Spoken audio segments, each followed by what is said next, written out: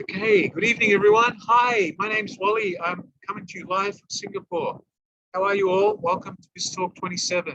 For those of you who haven't seen me before, my name is Wally Rowder. I'm your host. I'm an Australian. I have been in the world of academia, motivational speaker, and consultant and motivator to companies and CEOs around the world for the last probably 35 to 38 years. I thank you for joining me tonight. Tonight, ladies and gentlemen, we're going to talk about being a winner. What do I mean by being a winner? Can anybody tell me what does it mean to be a winner? Let's call on somebody here who might want to share with me their ideas on being a winner. Let's start with Sofan Juan. Hello, Sofan. You want to unmute your microphone and tell me what do you think being a winner means, Sofan? Go ahead. Hi. Yes, What hi does everyone. it mean to be a winner? Yes, actually, everyone want to be a winner, and any type of business or even in the school. So, to me, actually, winner, it about become the goal oriented. Is from my understanding, if you become a winner, you need to become a goal oriented. So, you need to have a goal, and number two, take responsibility. And what we're going to do, and then take action on that. Thank you, Sofa. So good. Anything else? There's about 2 points you've overlooked. What else is there? Go ahead. Yeah. Any other points, number three, Sofa? actually. Number three actually is to become a winner. We never afraid to fail, so we dare to fail. So right. Not all the time we expect to be the win, but failure is a real example. It's the lesson learned to be the winner. And right, be commitment on. Actually, well, be commitment to be the winner. And another important, don't delay, don't procrastinate. Actually, because the procrastination is the prime reason for failure. We cannot wait. Thank you, Sofa. You've covered the words that I wanted to hear. Thank you so much for your input. I'll talk to you again shortly. Nizar Muhammad, do you have anything to add on being a winner? Nizar Muhammad, good evening. Unmute your microphone, sir. Hello, Hi, everyone. Yes. Hi, how are you tonight? How are you today? I'm good. Tell me, what do you believe being a winner is? Can you add to what Mr. Guan said? Is there anything that he left out? I agree with Guan, what he said about the winner. The winner, as he said, we need to be winner, and everyone can be seeking of the ways to be a winner. So thank you. Yes, the winner it's not exactly to be winner in running or something like that, but you have to be winner in your life, study and the business, and your also your what can I say this about it's about yourself. Okay, good, excellent. Yes. Excellent. You're on the right track. Thank you so much. Great, excellent. Let's move on. Can I talk to somebody else who's put their hands up? Mr. Bonifacio Jr. Casella. Good evening, sir. How are you today? Hello, Bonifacio. Fine, how are you, my friend? Yeah. Good. What can you add to the question, please? What does it mean being a winner? What does it require? Yeah, being a winner, sir, is it's for me, it's all about our attitude, our ability to learn from failure, and our relationship with those around us. Exactly right. Thank you, Bonifacio.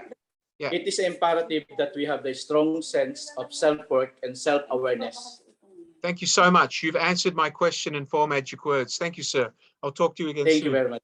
Ladies and gentlemen, a winner is one that is successful, especially through praiseworthy ability and hard work. What do I mean by praiseworthy ability? I think I've spoken to you all before about a word which stands out in both with psychologists, academics, and any motivator. That in order for you to be praiseworthy, you have to stand out. You have to be eccentric. Could my host please type the word eccentric in the chat box? ECCENTRIC. If you have forgotten the word eccentric or the meaning of the word eccentricity or the meaning of the word living out of the box or doing things out of the box, then you cannot be successful. Being successful is about being praiseworthy. Does everybody know what I mean by the word praiseworthy? What does praiseworthy mean? Who can tell me? What does it mean to be praiseworthy? Praiseworthy means being recognized and being acknowledged for something that you did well. Would you agree with me, everyone? Wave your hands. To be praiseworthy, it means for your boss, your wife, or your children to recognize what you've done well. Tran Min, Hugh, do you understand that, Tran Min? Yes, Tran Min, good. Focus on today's talk, Tran Min. Don't worry about your mobile phone you keep looking at. Put your mobile phone down. Tell your girlfriend you'll talk to her later. Switch off your mobile phone, please. Focus on me, all right? Okay, fine. All right, so Sashi Kala, do you understand what I'm talking about, Sashi? Do you understand what it means thinking out of the box and being eccentric, Sasha? Sashi? Good, excellent. So being a winner is being praiseworthy. Being praiseworthy means doing something different to your peers, your colleagues. If you do something the same as your peers and colleagues, then you're not going to become praiseworthy. You're just going to become another boy in the bunch or girl in the bunch who just did something the same way.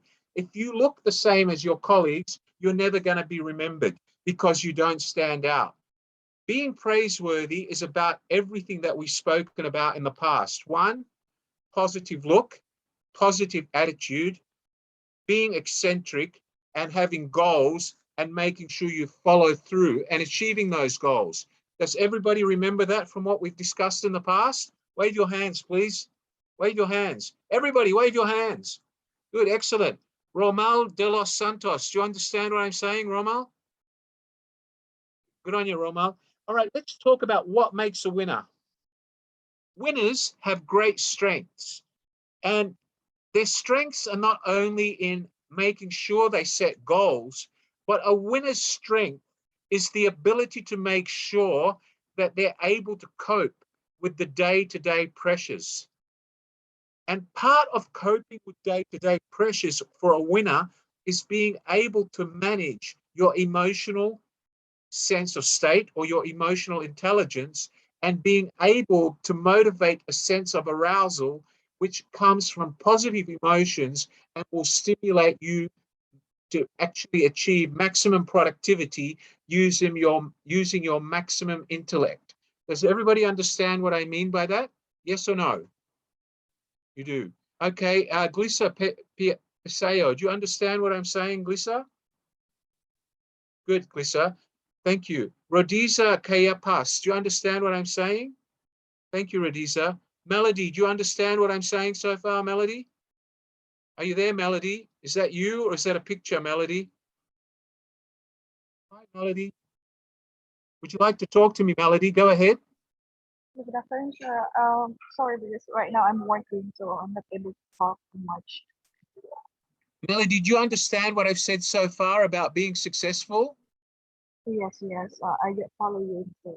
Good, excellent, thank you. All right, so as I said, being successful means having strength and being able to be strong enough to achieve certain things. The ability to be strong enough to make sure you have a positive attitude all the time is the first step.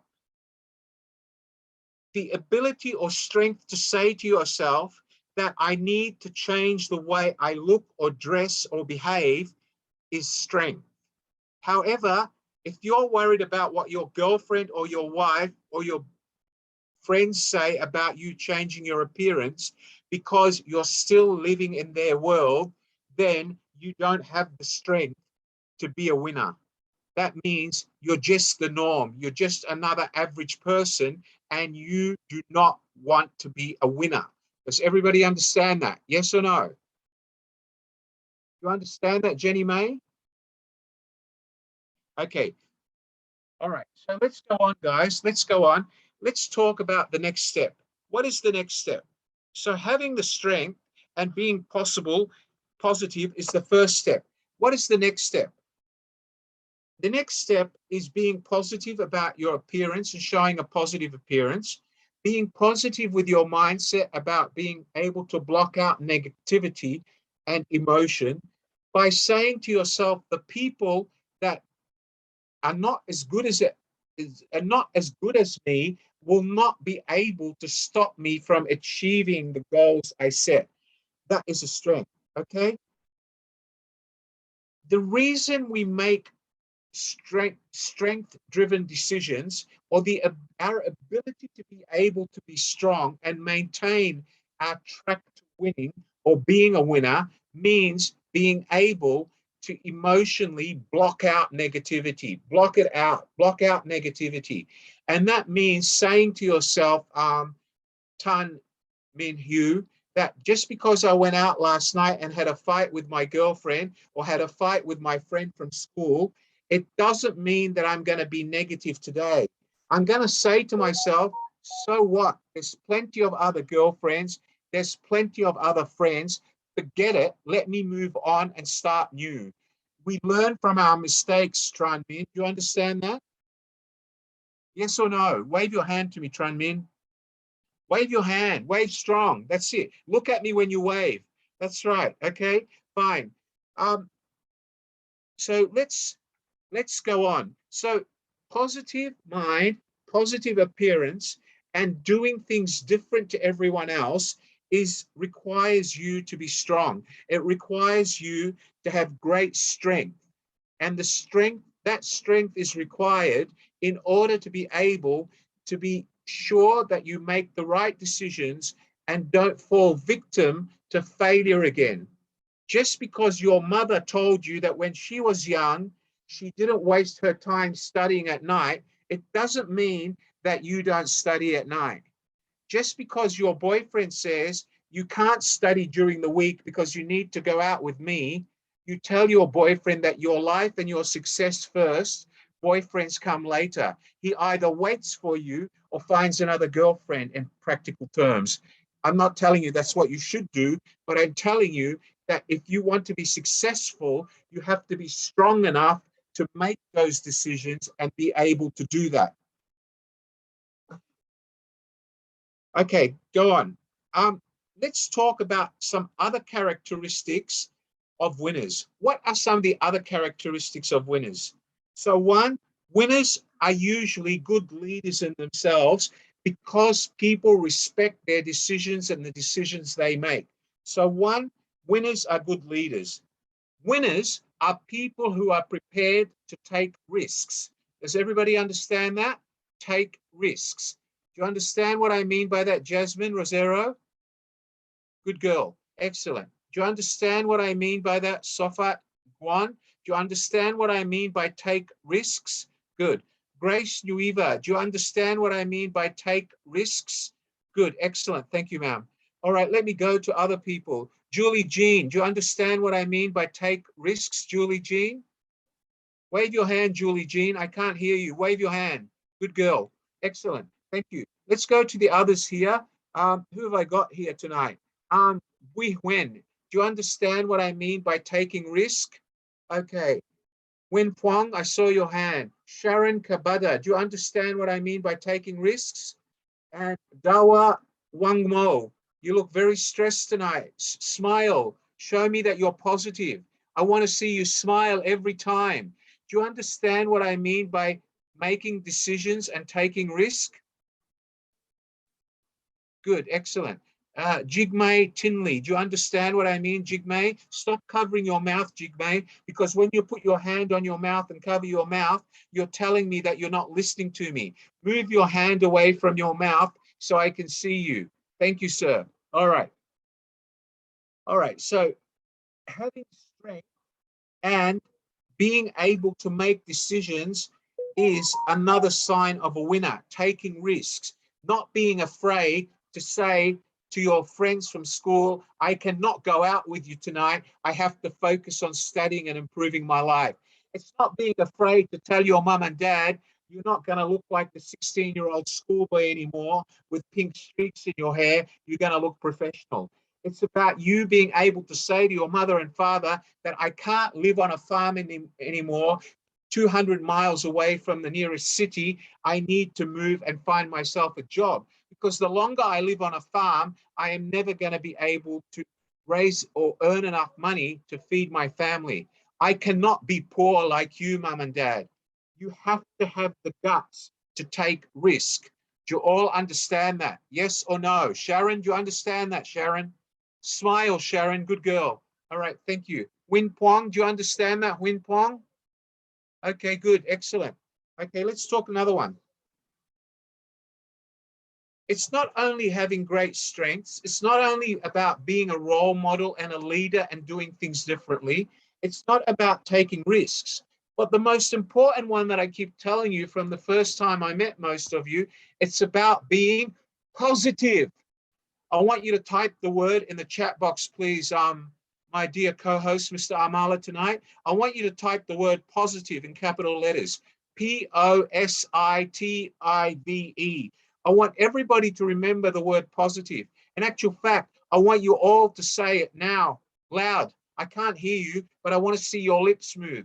Say, I am going to be positive. Everyone. Good, excellent, excellent, excellent. Okay, all right. So being positive is another one. Having positive attitude is another one. The next one is talks about being flexible and adaptable.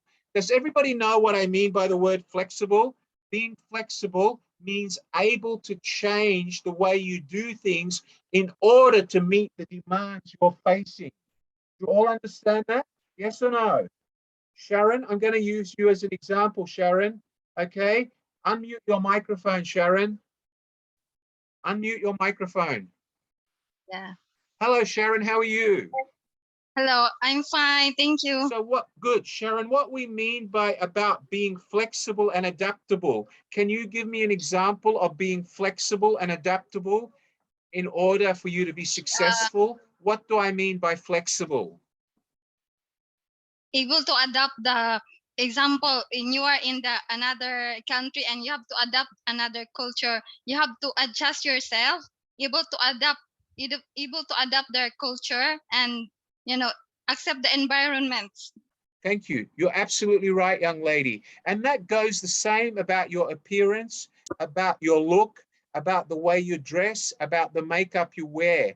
If you're now looking for a professional job and you're looking for career advancement, you also have to be flexible and adapt so you fit in to the new job or professional environment. Do you understand that? Are you there? Hello? All right, I assume you understood that. I've lost you somewhere. Mr. Amala, when this young lady comes back, could you open her microphone again? I think she's got a connection problem. All right, so being flexible and being adaptable, very good. The next one, ladies and gentlemen, is for you to learn from your mistakes. Does everybody understand that? Learn from your mistakes. Maravik Torres, can you tell me what do I mean by learn from your mistakes? Can you unmute your microphone? Talk to me, Maravik. What do we mean by learn from your mistakes? Can you give me an example? Examples are what do you call this? If you have mistake and then you will going to write it and then you will think everything that you will learn about it. Right. So what it means is that you learn from your mistakes and you set goals on how to do it better, but you don't go to sleep crying over your mistakes. Is that correct? Yes, sir. Good girl. Excellent. Thank you. I'll talk to you again shortly, ma'am. Okay. The next one we need to do is think big. Who can tell me about that? What do I mean by think big? Who can answer that question? Who's raised their hands? Marjorie Gonzaga, how are you tonight? Can you unmute your microphone, Marjorie? Hello, Yes, Marjorie. hello. Tell me, what does it mean to think big, Marjorie? What do I It's mean by think like big? think big is like you have vision to your future and you are willing to do something more, and you are more learning is like that. All right. That. You're on the right track, Marjorie, but you forgot one important element. Think big is always to set goals which are beyond your comfort zone. Welcome back, Sharon. You disappeared on me there for 5 minutes, Sharon. Good to see you back, Sharon. What I mean by that is think big means to set goals to take you outside your comfort zone. Do you understand that, Marjorie? Yes, I do. I'll give you an example, Marjorie. Okay. Let me give you an example. What's something that you've always been afraid to do? Give me one example, anything. Something that you've always wanted to do, but you've been afraid to do it because of your mother, your father, and your friends. What is it? I think I'm afraid to buy something like the one that I want. Like they always ask me, you should think the, how do you say this? Because you're worried about they're going to complain that it's too expensive, or it's too modern, or they don't like it. Is that right? Yeah, because of they set a budget for me, so I don't know how to say. That's what I. Okay, well, let me say something. You need to start going beyond your comfort zone, Marjorie. If you want to be successful, this is one thing that you're not doing, which I taught you to do. You need to be able to say to yourself, in the past, you've been scared of mommy, daddy, husband, boyfriend, girlfriend, peers. But one day, Marjorie, you need to take the risk. Go ahead and buy it, all right? What can they do? They tell you they don't agree, but you have to say, listen, I made the decision. I need to get this in order to move forward. And that's when you convince yourself, Marjorie, that you're going outside your comfort zone. Do you understand that, young lady? Yeah, yes, I do. All right. And Marjorie, what I'm afraid of is if you're afraid to go out of your comfort zone on something you're going to buy, are you afraid to go out of your comfort zone on the goals you're setting for your future? Is that something you're afraid of as well? Both. All right, Marjorie, I'm going to tell you this again, and I think I've told you this before. I need you to step out of your comfort zone, all right? Because the longer you keep telling me that you're afraid, Marjorie, you're going to grow up like your mum and dad, being poor or living in the same village as your mum and dad, and Marjorie is never going to be happy with herself. Am I right or wrong? Right, you're right. All right, so Marjorie, you have to do what everybody else here is doing. Look at Sharon. She's young, motivated, and smiling, and she looks like she's just about to take on the world. All right. And for most of the other ladies here and the young guys here, when I first met Nasik Ain, the guy with the tiger behind him, when I first met him, he was afraid like you. He was shy, hidden in a jar. Now, every time I say something to Nasik, he thinks positively. He doesn't let people control him anymore. Do you understand that, Marjorie? Yes. Marjorie, yes. I have given my mobile number before, and I think you have my WhatsApp number. Is that right? Yeah, and I already sent the homework that you give us. All right, right. But I've got your homework, and I Uh-huh. answered you. Did you read my answer? No, you didn't. I did. Okay, I will answer you again tomorrow because your homework is in my machine and I've read it, okay? Marjorie, Yeah. what I need you to do now is to make sure that you work on the goals that you sent me to make sure they happen. Do you understand that? Okay, yeah. And Marjorie, listen, if you don't get my answer by tomorrow night, okay, I want you to message me again, and probably something wrong with my message, I'll fix it. So if you haven't opened my answer by this time tomorrow night, I am telling you, young lady, you message me. Do you understand that, Marjorie? Okay. Marjorie, look at my success story. I've told you my story before, right? Do you remember my story that you heard at the last session? Yeah. And tell me, do you think that I was somebody who was scared to go one step further, or do you think that I was brave enough to do it? What do you think? You are brave enough to do it, like you ask the girl to have a date like that? Right, but hold on. I remember But that remember the one. story, Marjorie. For 2 years, I was afraid. Is that right? I was Yeah. afraid like you, right? Because I was afraid she would reject me and slap me across the face. You remember that? Yeah, I remember. All right. But Marjorie, why do you think I took the step and broke out of my fear? Why do you think that? What do you think I did that for? Was it because I was sick of hiding or sick of being scared? Or what do you think made me do it? Maybe because you are tired of hiding like that.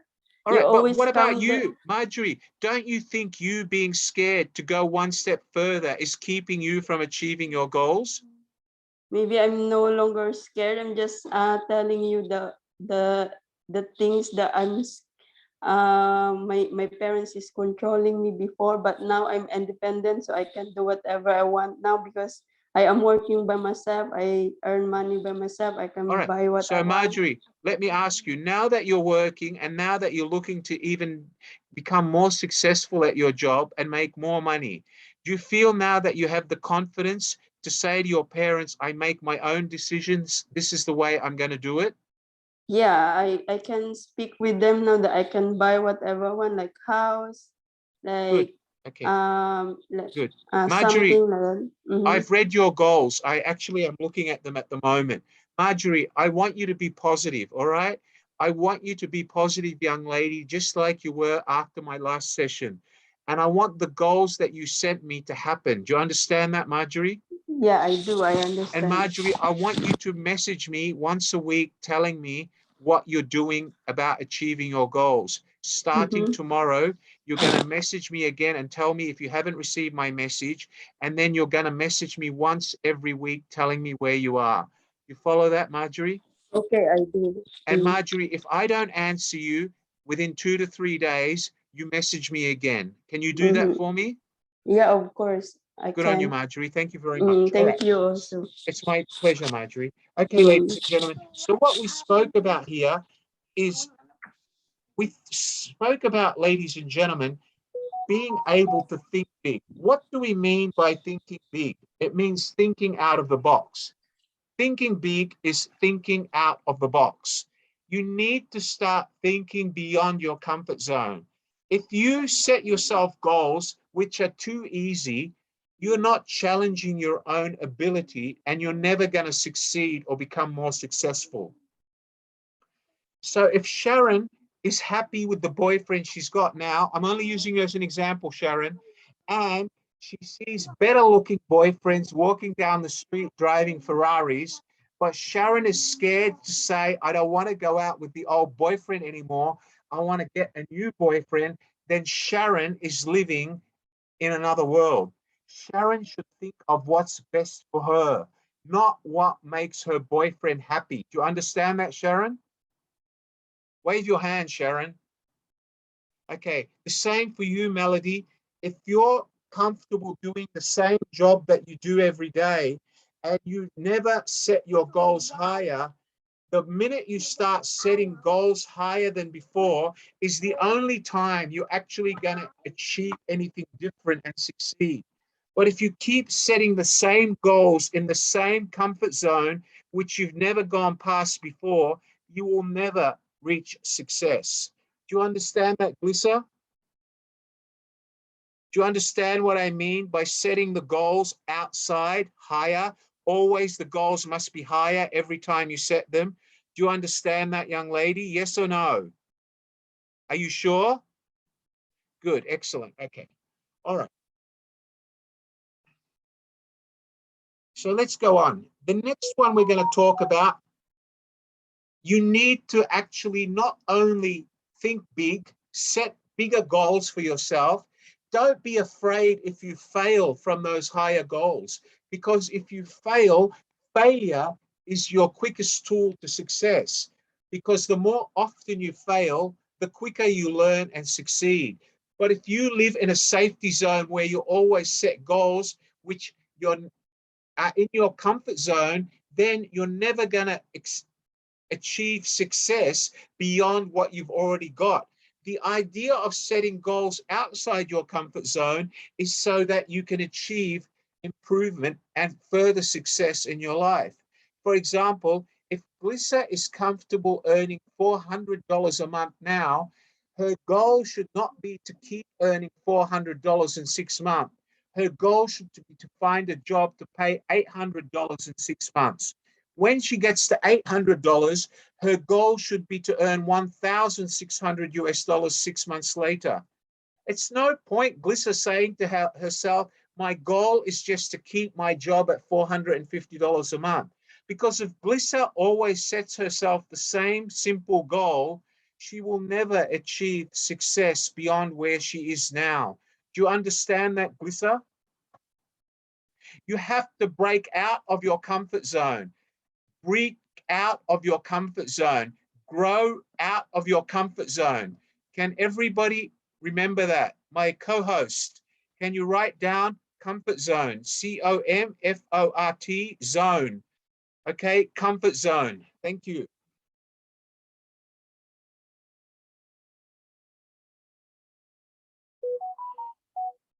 Okay, you need to describe yourself as a winner every time you look in the mirror. All right, so Glissa, how would you describe yourself as a winner when you looked in the mirror? Can you tell me? Can you share it with me? Can you unmute your microphone, Glissa? Unmute your microphone. Yes, Hi, sir. Glissa. Glissa, Hi, I sir. want you to look at yourself in the mirror tonight and you want to Okay. motivate yourself. How would you talk to yourself and tell yourself that you're a winner? Can you share it with everyone? I can say that by telling that I'm already in where I am right now. I mean that I fulfill, like, yeah, maybe my dreams now, but I want something like more than that. I want to have All right, like good. more than what I have right now. All right, but Glissa, you've just admitted to I me will that you say want like more. that. All right, listen carefully, young lady. Yes. You've just Yes, said to sir. me, I want more. That's what you've told me since I've started helping you. And what I Yes, want you to do, Glissa, is every night when you look in the mirror, I want you to say what I told you the first time. I will be successful. yes, sir. I'm thankful for what I have today, but this is what I want in 6 months. And this is how I am going to do it. And you're going to remind yourself of that every night when you look in the mirror, Glissa. Because, Glissa, if you don't say that, then you're not pushing yourself mentally out of the box. Do you understand that, young lady? Yes, sir. I get it. I get it, sir. Lisa, if you Yeah. just look in the mirror every day and say, I'm thankful because I'm okay now, but you don't say to yourself, I'm okay now, but this is not enough for me. I want more. You Yes, can say, exactly. Wally told me I need to have more, otherwise I'm a loser, all right? You need Yes, to sir. say it to yourself, Lisa. You need to stop being afraid of success. Do you understand that, young lady? Yes, sir. I get it. All right, so when you look in the mirror, Glissa, look in the mirror and repeat after me. I want to be successful. Say it. Yeah, I want to be successful. I have what I have today and I'm grateful, but this is not enough. I want, what is it? I I'll forgot. make it easier for you. Listen to me again. I want to be successful. I want to be successful. I want more than what I have now. I want more than what I have now. And this is how I'm going to get it. And this is how I'm going to get it. Okay, and then you're going to tell yourself what you're going to do to get it. Remember the homework you sent me with the goals in it, Glissa? Do you remember that? Yes, All right, sir, yes. so tell me, Glissa, I want you to be honest to me and look at me in the face. How many of those goals have you started working on so far? I know what your goals are, Glissa. I'm looking at them in front of me. So what are the goals that you have started working on now? And trust me, Glissa, don't lie to me because I'll catch you out. Yeah, by completing this diploma that I have, I'm studying well for this thing. Good, number one. And Number two. yes, and the thinking being, having more positive things. Good, number three. Yeah, focused on myself, focused on enhancing everything. Okay, so you focused on making yourself successful. Your focus now is on you, Glissa, Pasaya, right? You're not Yes, worried sir. about anybody else around you anymore. Is that right? I'm on it, sir. All right, you Sorry. understand that, Glissa? I get it, sir. Glissa, do me a favor. If you haven't received or read my reply by tomorrow night, okay, I want you to message me every day until you get my reply. Do you understand that? I will, sir. Okay, sure. I No, will. Glissa, don't say okay. I want you to do it. All right. I want you to get off your lazy backside. Be positive about yourself. I want you to be earning 2,000 US dollars in the next 12 months every month. If you don't achieve that salary within the next 12 months, I have failed you. Do you understand that? Okay, sir. I will. Okay.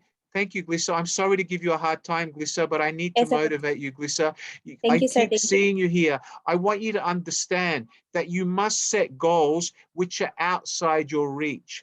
Because if the goals are not outside your reach and are in your comfort zone, Glissa, you will never achieve them. Do you understand that, young lady? Yes, sir. All right, good girl. Excellent. Thank you. Thank Karen, Karen Efans, do you understand what I've been talking about, Karen?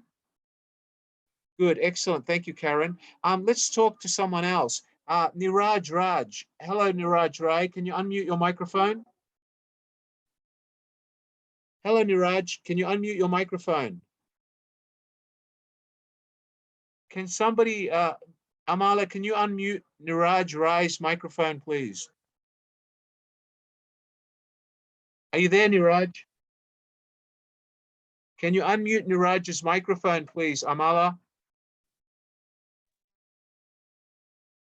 Okay, Niraj, you want to talk to me, Niraj, or not? Can you unmute your microphone, please? Okay, Amala, if you can sort out his microphone and let me know once it's done. Thank you. All right, let's talk to Narilla Kodraleva. Hello, Narilla. Do you want to unmute your microphone? Hello. How can I help you tonight, Narilla? Nice to see you. Hello. Yeah, Hi. I'm so happy. I'm so happy participating in your session again. I'm thankful for your positive energy, your motivation, and I've got lots of positive energy after your session at the first session. Narilla, that's what I'm here for, Narilla. But the most important thing is that every time I do a session, I add ideas to you, and I hope that you'll take them with you and start using them, like setting goals above your comfort zone. And I don't think I've raised that before. Yeah, I have a question for you. So Go ahead. being positive is good. So feeling, for example, sometimes I feel winner myself and after finishing some job and some work, but always it's difficult being positive energy. It's sometimes negative thoughts also. So have in my mind. Well, and I'm so going to answer that question for you. How can I concentrate myself just being only positive, but it's difficult. That's a great question, Narilla, because I think Glissa right now is asking herself the same question. Glissa, did you hear the question that this young lady just asked? How do you block out the negatives and stay focused on the positives? And there's only one way to do that. Narilla, you know, I've gone from a struggle to a $12,000 a month salary when I graduated. And, you know, Narilla, not 1 week in my life so far do I have a week without some boss saying to me, why don't you do it this way? Why are you doing it your way? And my example is to him every time, if I do it this way, this is what will happen. If I do it my way, this is what will happen. Let us try both ways and learn from whichever is best. Now, you'll say to me, but how do I go home and block out the negativity that he questioned me? All right, this is what you have to remember. And I'll say this to Glissa as well.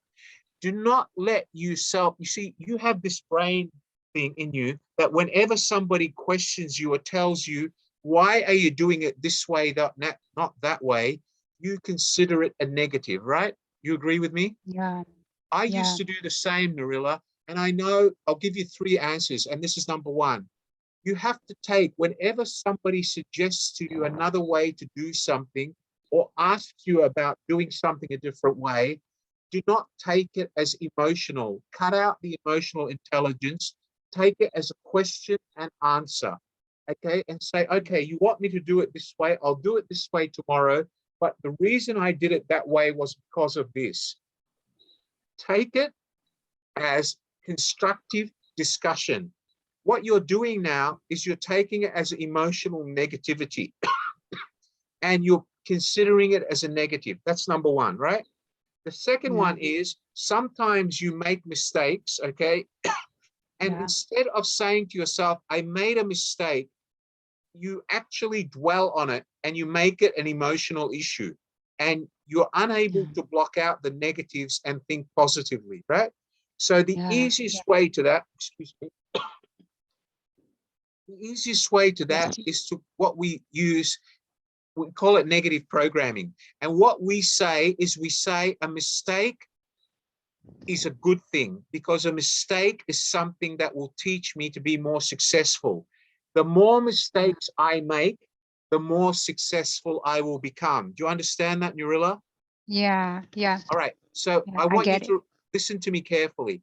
So the more mistakes I make, the more successful I will become. When people give me criticism, criticism is feedback. It is positive because I learn from it. Do you understand that? Yeah. So there's two steps so far. Now, what do you think the third one is? Let's talk about number 3. Can I ask you, the third thing that makes you negative most of the times, tell me, are they personal things or are they work related? It's they try to describe my attitude, I think. Yeah, Yes. but what are they? Give me say, an idea. What are they usually? Are they personal or are they work related that cause you a bad attitude? Most of the time personal. Yeah. All right. Personal. Well, again, Nurilla, let me come back to it.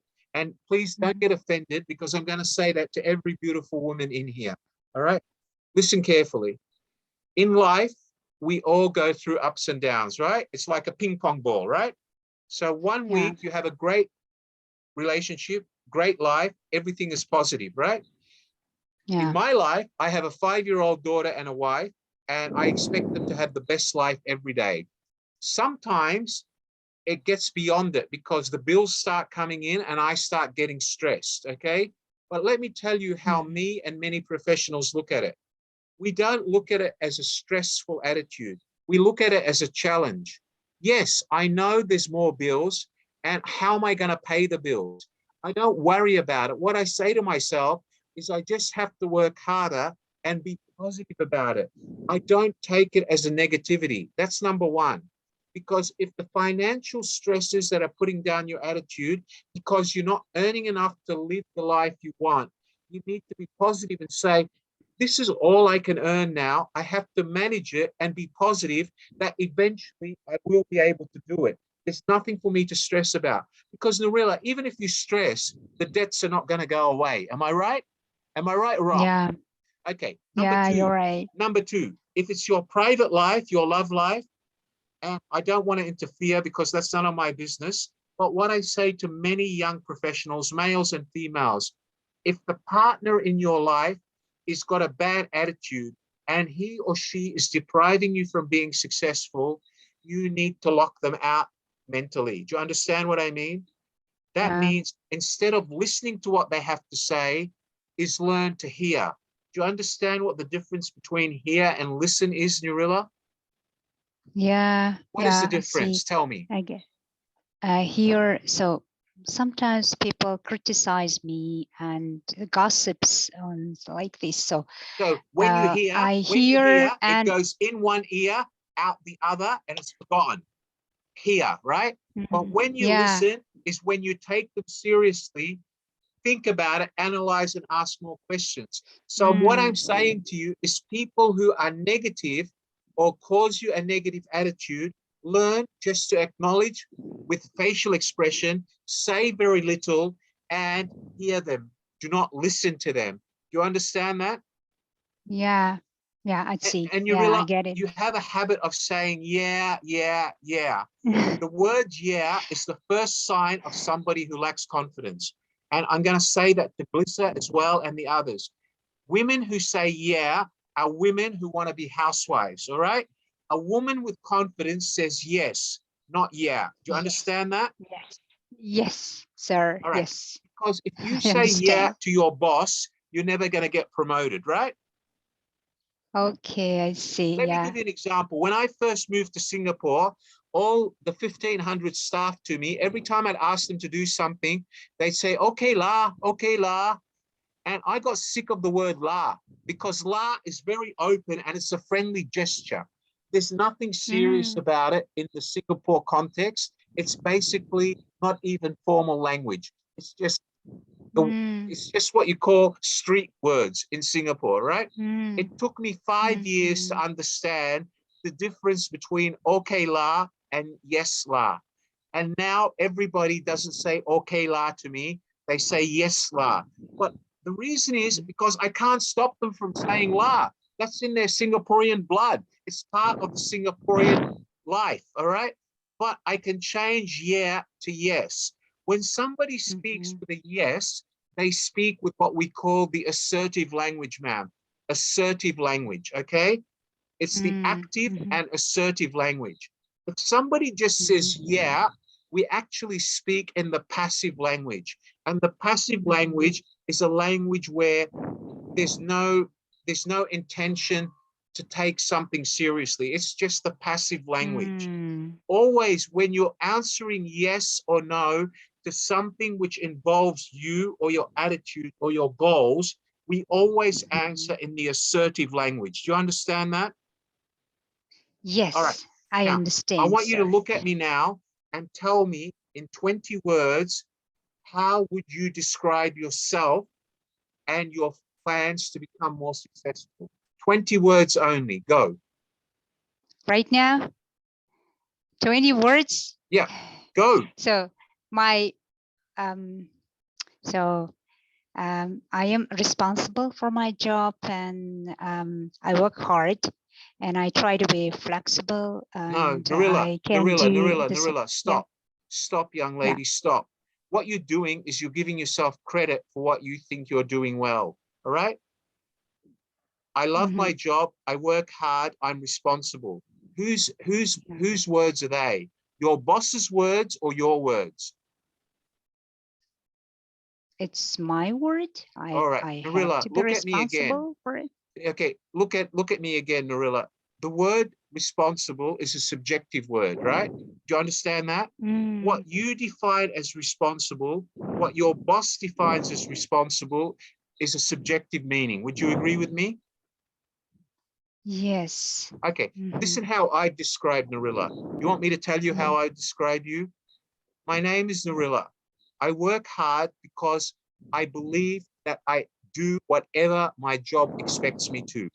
I would like to think that I'm responsible, but I want to become more responsible because I want to be promoted. I have been doing the same job for the last 2 or 3 years, and I have not had a promotion. So I want to realize what my mistakes are. I want to look at them positively, and I want to set myself a goal to be promoted in the next 6 months. You understand that, Narilla? Yes. All right. Yes. So what is different between what I've said and what you've said? So my speech is not connected. So I say different things. So That's right. all my all my thoughts have to be connected to each other. Yes. Very good. Narilla, you've yes. already opened your mind. I wish you could get Glissa to open her mind as well. Glissa, did you hear what she said? You need to start connecting the dots, Glissa, connecting the dots. You need to start connecting your goals and being positive. And ladies, I'm going to leave you with one final word. I don't want you, either of you, to get upset because I love your beautiful smiles. You need to get the mashed potatoes out of your heads, the mush in your brains, and fill your brains with less gossip, less crap from your boyfriends or husbands. Start filling your brain with green broccoli, chocolate, which gives you energy, and start thinking like professionals. Do you understand that? Yes or no? Do you understand that, Narilla? Can you open your microphone again, Nurilla? You muted yourself and I haven't finished talking to you. Do you understand what I just said, Nurilla? Yes. All right. Yes, So sir. what's the Yes. difference between a head full of mush and a head full of green broccoli? What's the difference?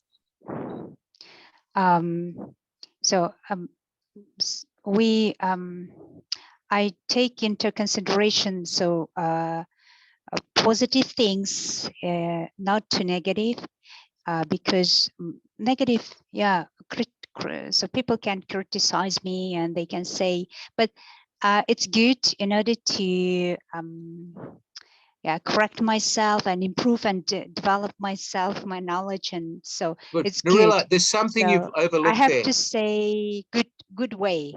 Good, excellent. Nurilla, you left Before, one thing there. Mush in your brain is all the negative emotions. You need to eliminate the mush, okay? The mushrooms, the mashed potatoes are all the emotional things that bring tears. All right, I'm making it simple. yes, You need to eliminate those and have more positive things to look forward to. All right. And you know, every time I yes, hear you speak, Nurilla, I hear that thing in you that says, I want to get there. I will get there. All right. But your problem, Nurilla, is you're not connecting the dots. You understand that? yes, I see. And Yeah. Nurilla, you Yes. have to start setting yourself goals outside what you've set yourself now. Nurilla, how long have you been doing the same job for, in the same job, same position? How long? I have been teaching English at their primary school for 25 years. All right. Yeah, And I have like you my been job. the I like same kids, level, and the same level of I students? enjoy. Different schools, but public and private schools, and different All right. Can I places I ask you, work. Nurilla, as an academic, and you know how much I respect you as a teacher, because you're putting the future of our world is in your hands. You're teaching them and preparing them. But let me ask you, as far as a teacher, is your dream to settle as a teacher, or do you want to become a head teacher or a principal? What is your personal goal? Just I enjoy teaching. I like kids, and so teaching is my goal, my But purpose. okay, And I don't want Nurilla, to you be see, principal. I don't want to be okay. Well, I just respect you for that, Nurilla, because Oh. I was going to, if you said to me you want to become principal, I was going to give you a lecture. Listen here, young lady, and I'm going to say it to you in front of everyone. People who are committed to educating youngsters are the greatest people that we need to look up to in the world, because it's teachers like you who are developing the future of our world. Do you understand that? Okay. Yes. My big mistake as an educator is I got sick of teaching young students and I went to teaching adult students and motivating adults. I sit with CEOs of some of the biggest companies and try to convince the most stubborn old men about them changing their mindsets as CEOs. And you know, sometimes I ask myself, why am I wasting my time with them? Why don't I go back and teach secondary 1 or primary 6 students? And I keep answering myself, is because I turned away from that 25 years ago and went into teaching at university. And I made a commitment to educate and help more youngsters and professionals. And over my 25 years, I've probably helped 20,000 Filipino students get good jobs. I've probably helped 20,000 Vietnamese students and Indian students get good jobs and graduate. So that has motivated me to keep doing well. That has motivated me to set my own goals in my job at a higher level. Do you understand where I'm coming from, Nurilla? Yes. So for you, Yes. you shouldn't be worried about changing your job title. You should be saying to yourself, what more can I do to have those young minds love me and respect me? Because students loving you is not enough. Students need to respect you. You know that, all right? My 5-year-old daughter comes home from kindergarten and says, I love Miss so-and-so. I said to her, sweetheart, you don't need to love her. You need to respect her and learn from her.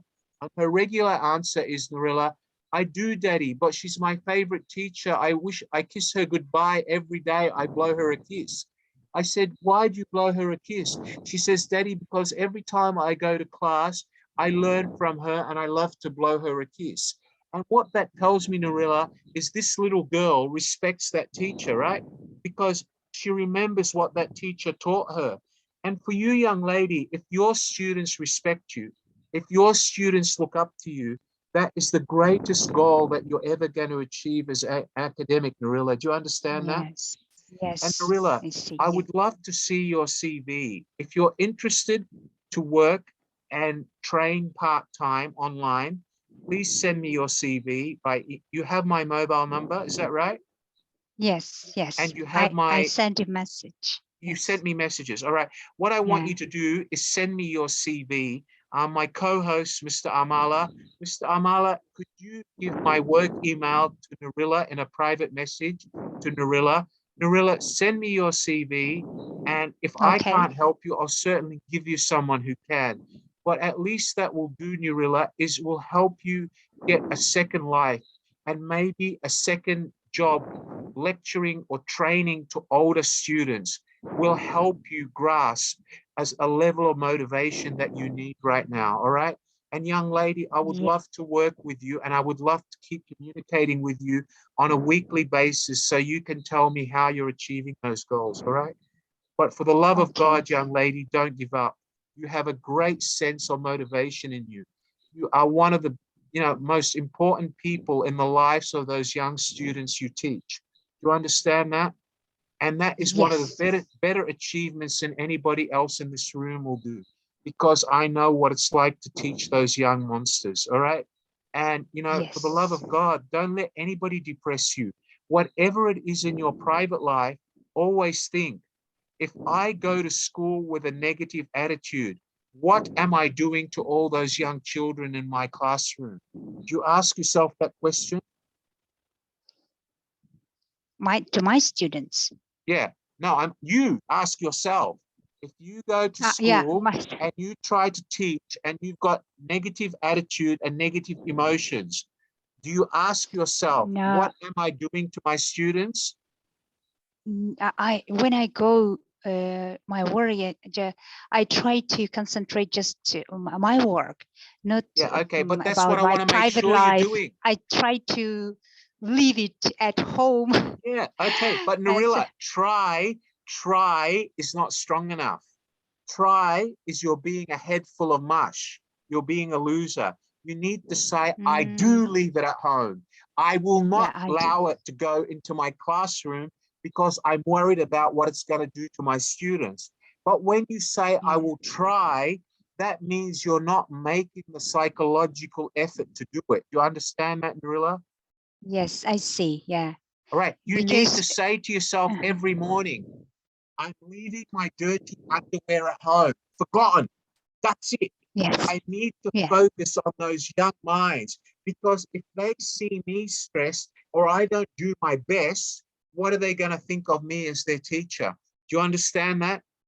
Yes. Yes. Because Narilla, they are your biggest motivator. Do you know that? Yes. What makes you happy at the end of each class, Narilla? What's your biggest happiness at the end of each class? My student, they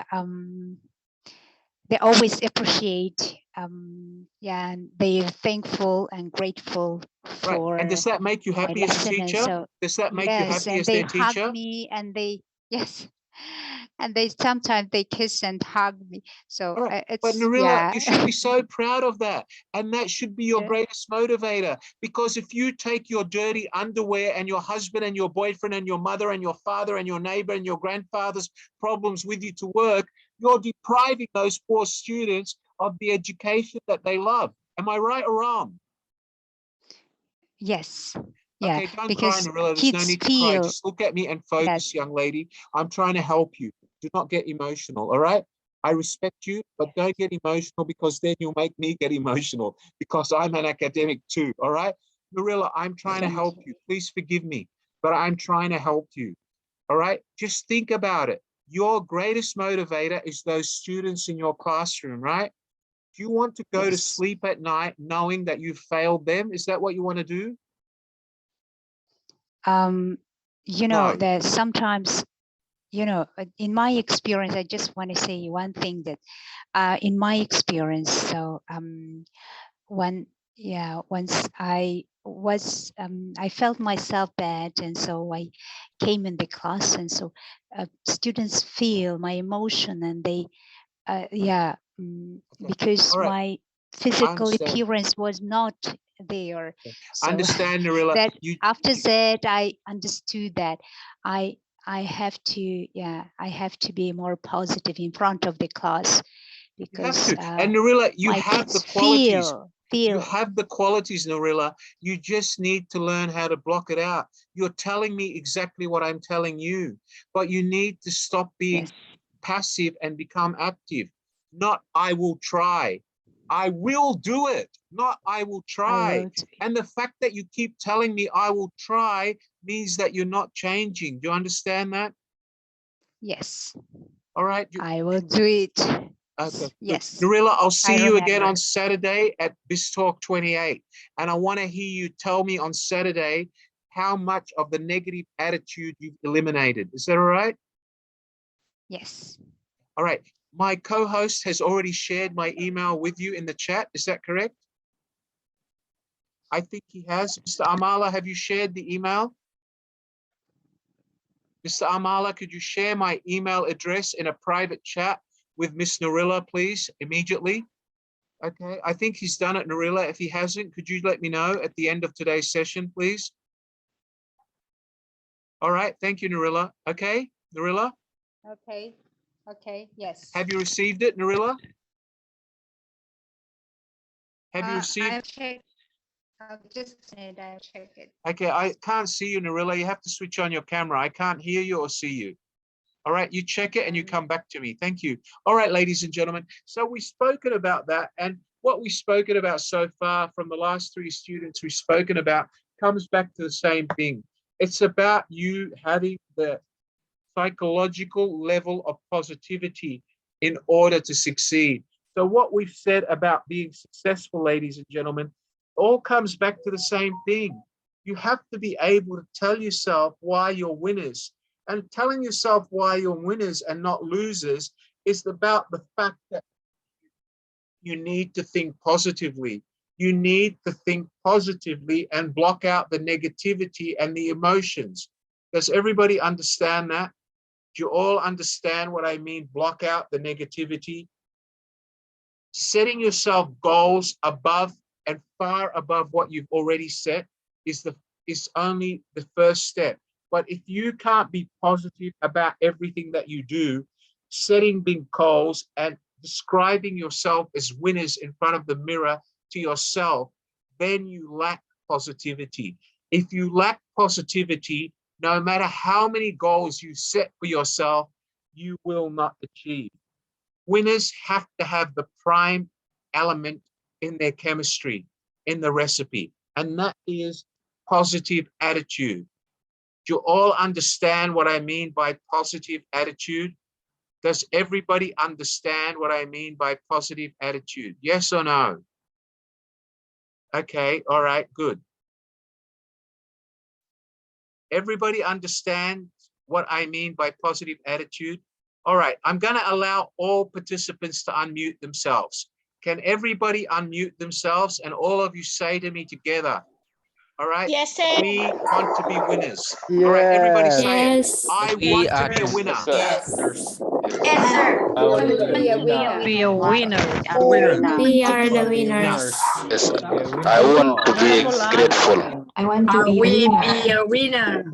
Excellent, excellent. All right. So, ladies and gentlemen, if you say it to me with a smile, you have to say it to yourself every night with a smile.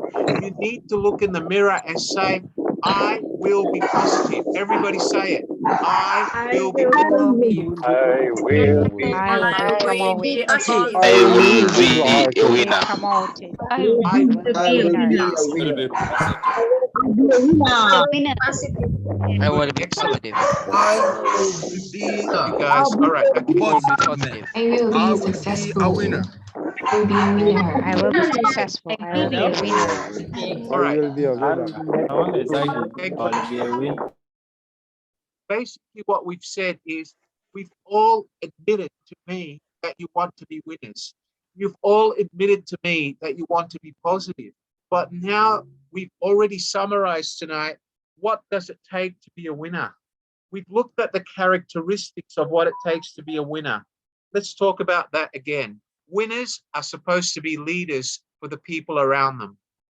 Winners are supposed to be people who are prepared to take risk and do things differently, do things they've never done before, whether it's changing your look, changing the color of your hair, changing the way you dress, changing your makeup.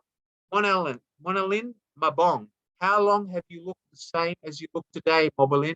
How many years have you looked like that? When was the last time you changed your hair? When was the last time you changed your makeup? When was the last time you made yourself look more positive? Think of that and ask yourself, is it time that I did something differently? Because we say in psychology, Monalyn, the quicker you change your appearance, the quicker you get a new look on life. It will automatically inspire you to a new positive opening on your life. You understand that, Monalyn? Can you unmute your microphone, Monalyn, and talk to me? Hello, Monalyn. Yes, how are sir. you today? I'm fine, sir. Do you understand what I just told you, Monalyn? Yes, sir. Say it with confidence, Monalyn. Do you understand? Yes or no? Yes, sir.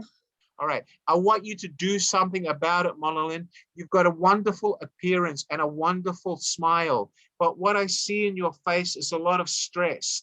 And I don't think you're thinking positively. You need to block out the emotions, Monalyn. You need to say to yourself, I am strong enough to change.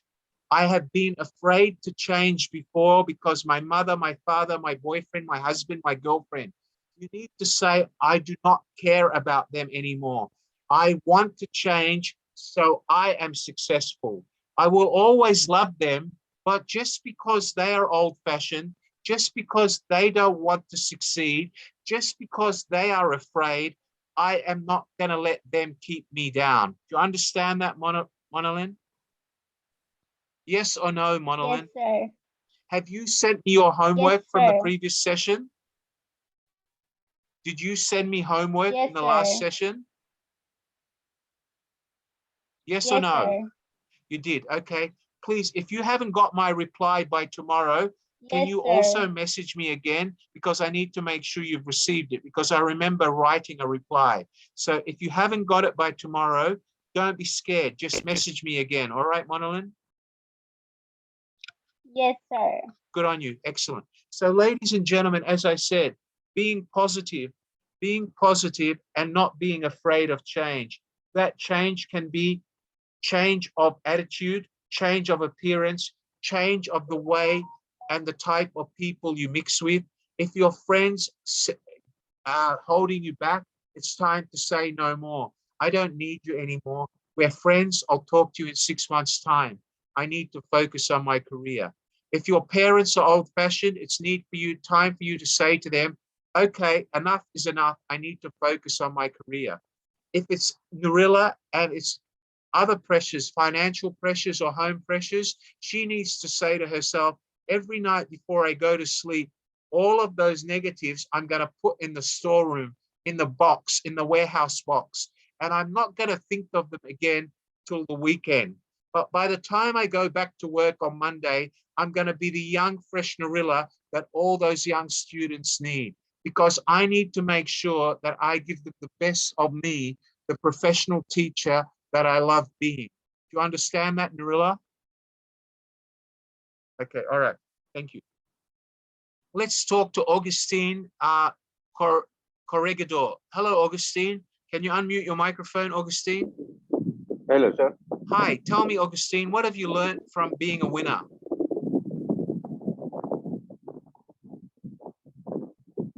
Are you there, Augustine? I can't hear you, mate. At present, sir, I have a less knowledge of you say a winner. All right, Augustine, you need to do something about your microphone, because I can't hear a word you're saying, mate. I can see you moving your lips, but I can't hear a word. I can't hear you, Augustine. There's something wrong with your microphone, mate. I think you need to buy a new earplug. There's something wrong with your microphone. Okay, all right, I'll talk to you at the next session. Please get yourself a new headpiece before Saturday. I will be here again on Saturday. Make sure you change your wire. Thank you, sir. Thank you. Okay, who else have I got here? Janellen Bantiels. Hello, Janellen. What have you learned from tonight's session, Janellen? Are you there, Janellen? Joellen, are you there? I think she's busy. Thank you. Okay, let's talk to Michelle. Michelle Lumamig. Hello, Michelle. Can you unmute your microphone? Hi, Michelle. Where are you from tonight? Hello, sir. Which country are you in? I can't hear you. I'm from the Philippines, sir. Good. Have you learned anything from tonight's lesson, Michelle? Yes, sir. I've learned something, like taking a rest. Speak up, Michelle. I can't hear you. Speak up. The wire you've got is made in China. Speak up. Hello, sir. Yeah, Can you now hear I can me? hear you. What have you learned tonight?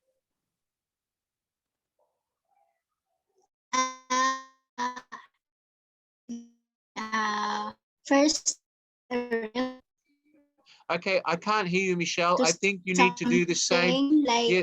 for me, now I'm Good, excellent, excellent, good stuff. Michelle, I think you need to buy a new wire tomorrow. Spend 20 peso and buy a new wire. The wire you're wearing doesn't work. I can't hear you, young lady. Please buy another one before Saturday, all right? Okay? I can't hear you. Sorry. Buy a new wire. Go to the shop tomorrow, spend 30, 40 peso and get one that works. Make sure you test it first, all right? Okay? Good girl. Yes, sir. Yes, sir. Thank you. All right, let's talk to Yeah. someone else here. I have Marjorie Gonzaga.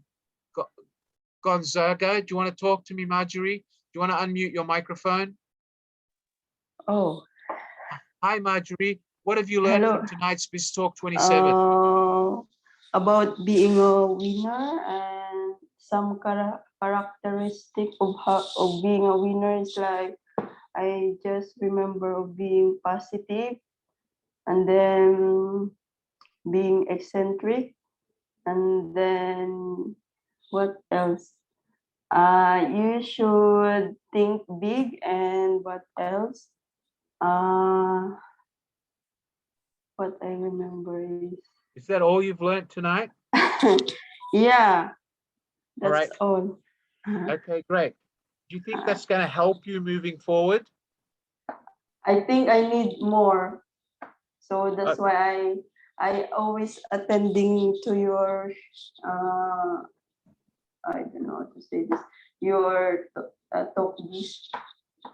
All right, but do you think that's going to help? Do you think that's going to help you moving forward? Do you think what I've taught you tonight is going to help you? Yeah. All right, tell me, how's it going to help you? Oh, by being positive like that, and I need to do something more. That's my effort today is not enough, so I need to think more, and then also I need to finish this diploma because I need to change my job for having a higher, more salary. Okay, good, excellent. All right, that's great, because what you've summarized is what we started with. Being a winner means being able to have people recognize you or praise you for something that you've overachieved. Instant gratification, okay, is not needed. You don't want someone to say, oh, you keep working hard. You want someone who's going to praise you for having achieved something that no one else in your group or in your office has achieved. Just telling you today you look good is instant gratification. You're looking for more than instant gratification, okay? You want people to praise you and recognize you for your achievement in success, for you achieving something that you have not achieved before. You don't just want instant gratification like they gave you yesterday. That is not success. that is just conversation. Do you understand that, everyone? So the difference between instant gratification, guys, and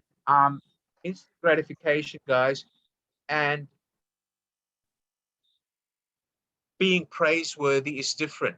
Being praiseworthy is when somebody praises you for doing something differently, better than everybody else. That's being praiseworthy. That's being successful. But just telling Grace, Grace, you look good today, that's instant gratification. That's not a sign of success. Good on you, Grace. You do look good today, all right? You do look good. You always look good. My pleasure, young lady.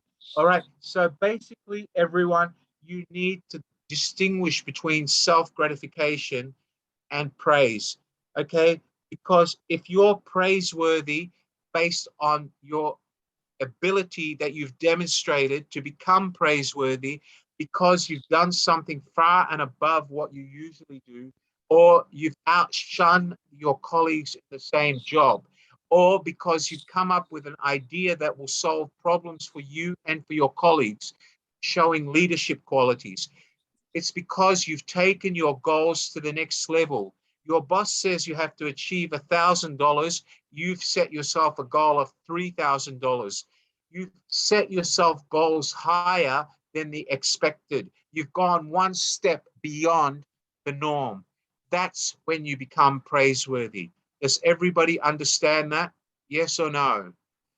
Thank you. Do you understand what I'm saying, Mr. John Makawaya? Hello, John. Do you want to talk to me, John? Can you unmute your microphone, John? Are you there, John? Yes, I'm Hi, here. John. Talk Good to me, afternoon. mate. How are you tonight? I'm good. It's afternoon on my hand. Tell me, John, have I been able to motivate you at all tonight? Has my BizTalk helped you at all? Yes, it has. At least I've learned how to have a positive mind and how you need to think outside the box. And you don't really need to be comfortable on the same salary for the next three months. You need to upgrade. Good, excellent, absolutely. Thank you, John. Thank you so much. What I want to do now is I want to move out to saying about maintaining the right personality, because we've talked about being a winner or winning all the time. We've talked about what you need as the characteristics to be a winner, what you need to do and not to do. Let's talk about a personality which goes with being a winner. I want all of you to write these down because I will ask you this at any time. Being a winner means always communicate by making eye contact with the people you're talking to. Always. As teacher Nurilla will tell you, when she talks to her students, she always makes eye contact with all her students because they appreciate it and they take that as she cares about them. Whenever you're communicating at work with your employer or with your future employer, always make eye contact. That's why I always ask you guys to switch on your cameras and talk to me, because I feel that you learn more when you make eye contact. Do you agree with that, Mr. Nair Sik Ain? Hello, Nur. Can you unmute your microphone, young man? Hello. Hi, how are you today? Yes, I'm very good, teacher. And Tell me, how are what you? have you learned since we last spoke, young Yes. man? Yes. Be positive. Be positive. And right. Be a winner. Right. And tell me, what have you done in your life and what changes or improvements have you made in the last 10 weeks since I met you? Tell me. Yes, that's my first step in attend this class in Kingston International School. All right, that's good. my first step. Okay. And number two? Yes. Number two, I'm be trying getting up to be positive. Good. Number three? Number three, I want to be winner. That was I'm always wake up in morning and watch mirror and say be positive. Good. Remember who you are. Thank you, Nasik.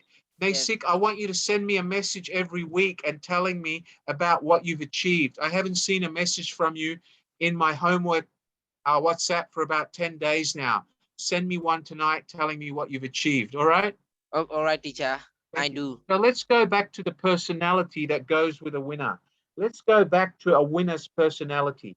So as I said, a winner's personality means making eye contact with everybody you're working with or talking to. Eye contact. Does everybody understand that? Everybody make eye contact with me. Eye contact. All right? Thank you. The next one is to have good posture. When you're sitting in front of a camera talking to me, John Paolo, you're supposed to be looking at the camera, not at the side table. When you're looking at me, look at me face direct like Nizar does. His eye contact throughout the 2-hour session is always with me. The same with Chia Yi Teo, the same with Narilla, the same with Monolin, the same with everybody who's focused. Your eye contact should be looking me in the eyes throughout the session. The minute you start looking elsewhere, or the same as Mr. John Mikawaya, he's been looking at me in his jacket since the start. Thank you, sir. Thank you for affording me that respect.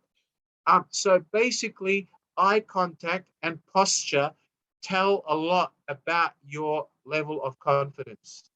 If you're laying on the bed while I'm talking, it means you lack confidence. It means you're not even giving yourself a chance to learn, and you're not affording me the respect and courtesy as a speaker. All right, so posture is important. If I'm sitting up, you sit up straight. If I'm happy, you should actually match me. You should match my mood. All right, so you match my mood. If I'm happy, you should present a happy face.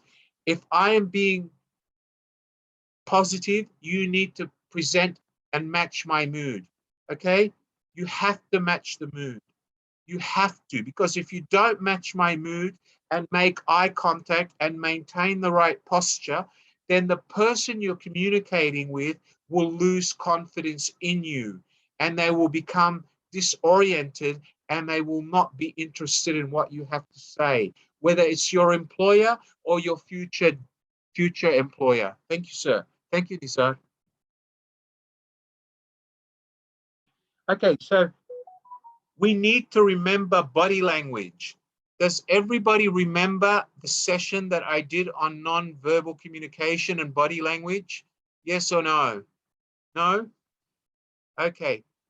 If you don't have the lesson on body language and you would like a copy of my notes on body language, you can WhatsApp me at the number that my colleague will put in the chat later tonight, and I will send you the actual notes again. You tell me, sir, body language notes, and I will send them to you again. Does everybody understand that? Mr.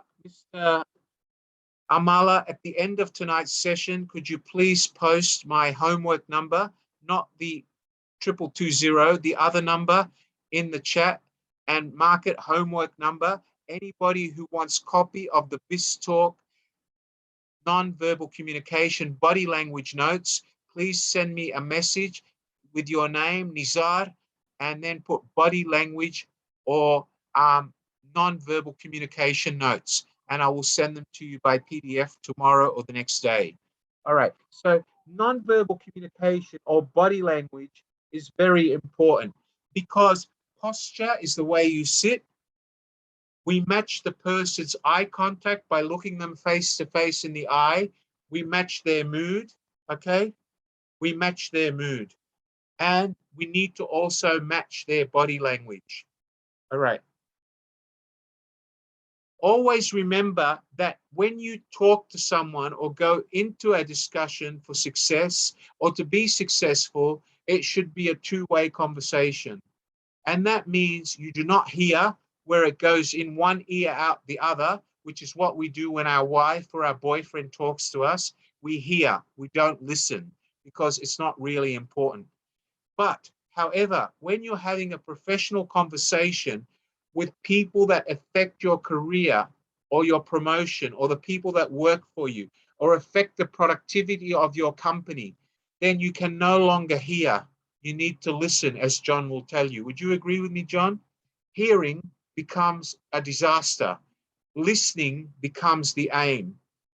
What do we mean to listen? When we listen, we take in information, we analyze that information, we ask more questions, we analyze, we discuss the possible outcomes, and reach a conclusion. When we hear, the information goes in the right ear, out the left ear, and there is no discussion. That is hearing. Hearing is not something you use to succeed. Hearing is something you use when you want to block out negative emotions, or you can't stand listening to your wife's chat, yap, I want more money, or you're sick of hearing your boyfriend tell you, Rochelle, that he wants you to dress in a pink dress next time because he's sick of you wearing gray. Because you ignore what your boyfriend says, because you are a free woman. You dress the way you want. So when your boyfriend says that, you hear him. You don't listen to him, right, Rochelle? I'm just giving you an example, Rochelle. Sorry, okay? All right, okay. It's just an example, Rochelle. All right, or when you go into the kitchen and cook, Rochelle, your mum might say, Rochelle, you put too much salt in the dish. Again, your mum might think it's salty, but through your own taste, it's not salty. So we hear, we don't listen, because when you tasted it, it wasn't salty. All right, but there's a difference when we're talking about your professional success. We don't hear, we listen. And that's also when we're talking about the people who look up to us. If we're leaders, being successful means being good leaders. Good leaders listen and exchange ideas. Good leaders actually lead, people follow. Bad leaders actually hear, give instructions, and people run. Do you all understand the difference between a boss and a leader? John, hopefully, is a leader. John listens to the people that work for him. He discusses ideas, sets objectives and goals. People will follow him. He leads by example. But if John wanted to change and become the Hitler of the corporate world, he would become a boss. He would walk in every day and yell, Nizar, you failed again yesterday. Get it right. Grace, you didn't do it the way I told you. Get it right. What will happen is John would be pushing you through his constant telling you what you did wrong. And what would happen to Grace and Nizar? Instead of following him, they would pull away and run. They would find excuses and be depressed emotionally because nothing they did was anything good enough for him to hear or listen to. He always wants to block out what you say, and therefore he pushes you away. But a leader who listens and who leads you along by listening to your input and exchanging ideas with you, regardless whether he agrees or disagrees, as long as he tells you why he agrees or why he doesn't agree, you will look up to him and follow him as a leader. Leadership is a prime characteristic of being successful. If you want to be successful and you're positive, number one. Number two, you have to think big and set goals outside your comfort zone. Number three is to be a leader and have leadership qualities. Remember that, John? Does that make sense to you, John?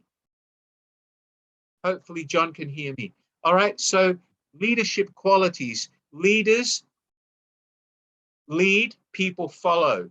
Bosses push, people run. If you push and run, you're not a leader and you will never be successful, no matter which organization you run. Hitler lost the war because he was Hitler. Some people think he won. I don't know. For me, he lost, okay? Because at the end of the day, he went down as one of the greatest failures in history, okay? Let's talk about General Electric. Has everybody heard of the company General Electric? Yes or no? You all know General Electric, the people that make aircraft engines, electrical appliances, General Electric, GE, all right? Jack Welch became the CEO of General Electric, but Jack Welch was not the most successful leader at General Electric. He brought them to near collapse. One of the greatest companies in American history was nearly brought to the collapse by Jack Welch. Why? because Jack Welch went into the organization, and instead of leading and having people follow, he started pushing and crushed all the leadership that his predecessor had put in. He crushed it down to zero. He left people with no motivation and no respect for him. And what happened? The organization GE nearly came to an end. One of the greatest American icons of the 18th, 19th, 20th, and 21st century came to a near end. General Electric was one of America's first founding manufacturing companies in the world. General Electric now manufacture engines for aircraft. They manufacture electrical appliances, everything. And the reason they nearly ceased operation and closed was because Jack Welch, the former CEO, went in there with a boss attitude of push and run. He quashed his predecessor's leadership style. Instead of actually continuing the leadership style where he listened and people followed, he quashed it. And that nearly brought the end of GE. All right? It nearly brought an end to everything that GE was built on. Does everybody understand that? Yes or no? General Electric was one of the greatest companies ever built. General Electric started with Edison, who developed the light globe. The company evolved over the years and eventually became General Electric Corporation. It was a very successful company until Jack Welch took over. And through his bad leadership, the company almost folded. Luckily, it got saved after he left. Do you understand that, everyone? So leadership is a quality of success. It's an important ingredient of success. Just like you cook chia yi tio, you have to put salt or onions in everything you cook. Without salt, the food has no taste. An organization without a leader has no future, because bosses, everybody will run. Leadership, when you lead, everybody will follow, and there will be a future. And that the same goes for your success. All right, let's go on. Okay, so remember when I said, when you go into a conversation and you are aiming for success, you need to listen, not hear.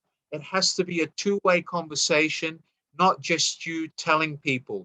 You have to ask questions, exchange ideas, and listen, okay? You have to show a moderate sense of confidence. Don't go into a meeting saying, I know better than you. This is the only way it will work. Because if you're overconfident, that shows a sign of arrogance, and people will not respect you for arrogance. Leadership and success means having the ability to refrain from being arrogant. Do not show that you're overconfident. It's good to be confident. You don't want to be underconfident. You want to be confident and not overconfident. Does everybody understand that? Wave your hands. Good stuff. Excellent. Okay.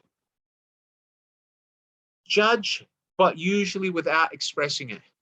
You don't look down on people during a conversation or an interview because you think you know more, you know better than them. You have to look at them. Do not look down at them. Do not look up at them. Look at them directly. Make eye contact, all right? Because if you look down on people, that means you misjudge them because you think you're smarter than them. And that means you're being arrogant and overconfident. Always treat people with the respect they deserve. Even though you know more than them, that's okay. After all, they're your customer or they're your employer. Do you all understand that? Yes or no?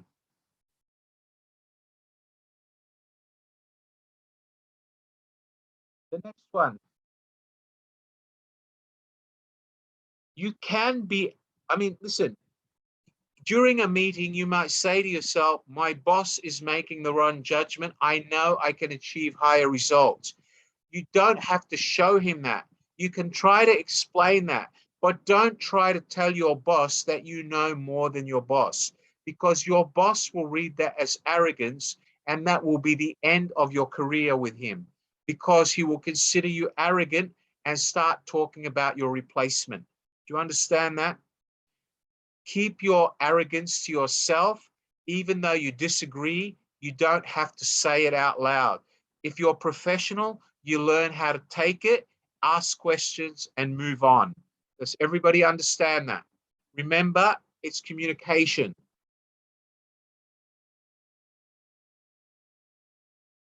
All right, let's go on.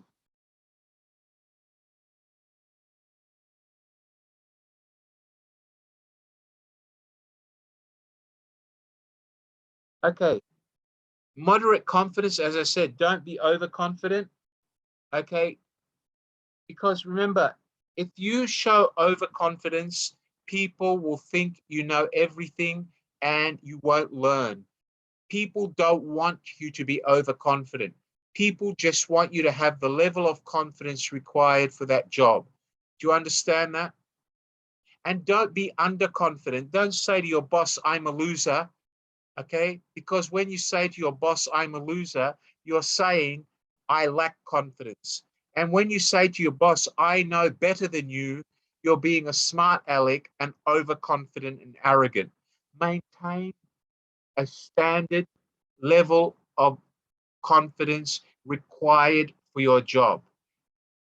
Make sure that your level of confidence demonstrates that you're thinking out of the box and you're different.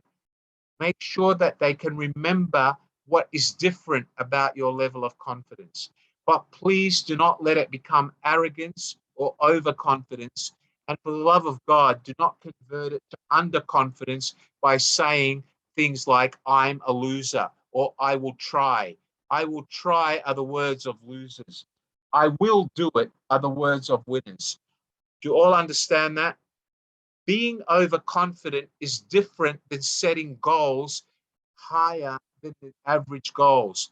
Setting higher goals is showing that you're confident. But becoming overconfident and cocky is when you tell people that their goals are not good enough and that you are the best. That's when you display overconfidence and arrogance. You can set yourselves higher goals because you have the level of confidence to do so. And then you lead people and encourage them to come up to your standard.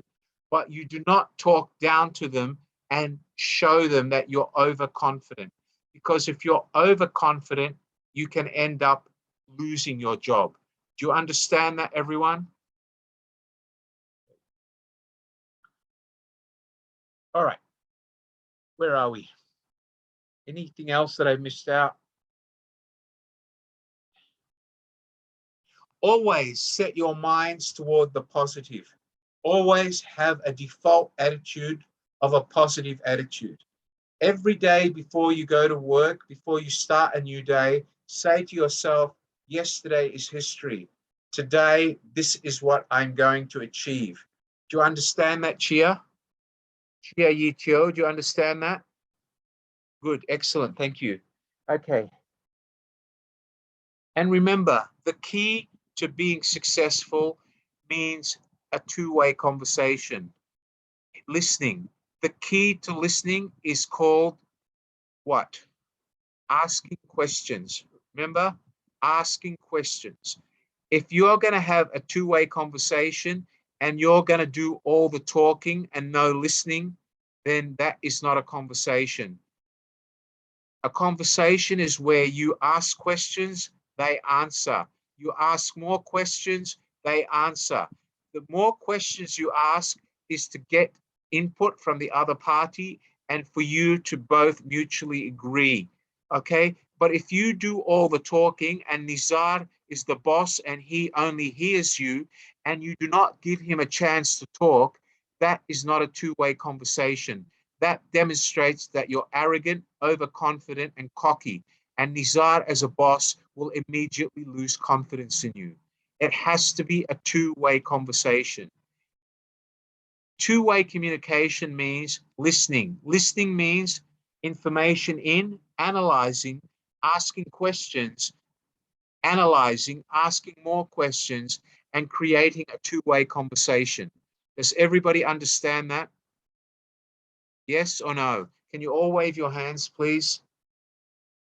Everybody wave their hands for me, please. Good, excellent.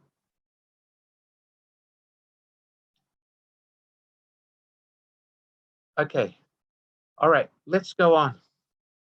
Always use what I call the 30-50 rule. On average, talk 30 to 50% of the time, allowing the other person 50 to 70% of the time, depending on how much time you've got, compared with the other person. Have to say of value on the topic. Remember, always, on average, talk only 30 to 50% of the time. Let the other person fill in the other 30 to 70% of the time. Do you understand that, everyone? Okay, so sorry guys, my microphone keeps dying. Just one moment. Okay, so always 30 to 50% of the time, allowing the other person 50 to 70. So if you speak 30, you give them 70. If you speak 50, you give them 50. So 30 to 70, which allows the other person at least, 30 to 50% for you allows the other person 50 to 70. What do I mean by that? If you speak 30, it gives the other person 70. If you speak 50, it gives the other person 50%. So 30 to 70. Do you understand that, everyone? Does everybody understand that as far as communication is concerned? Can you wave your hands, everyone? Wave your hands. Excellent. All right. Sorry about that. 30, 70, 50, 50, 30. All right, good. Excellent. Okay.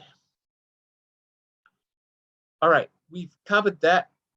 We've covered 30, 50, 50, 70. So we both understand that. Remember, guys, if you find yourself talking 80% or more and the other person is only getting 20%, then you failed. Okay? You need to remember the element of the 30-50 rule, which means the other person is getting 50 to 70. So if you speak 30, he's getting 70. If you speak 50, he's still getting 50. That means it becomes a balanced conversation. All right? Use the traffic light rule, okay? Use the traffic light rule. Does everybody know what I mean by the traffic light rule?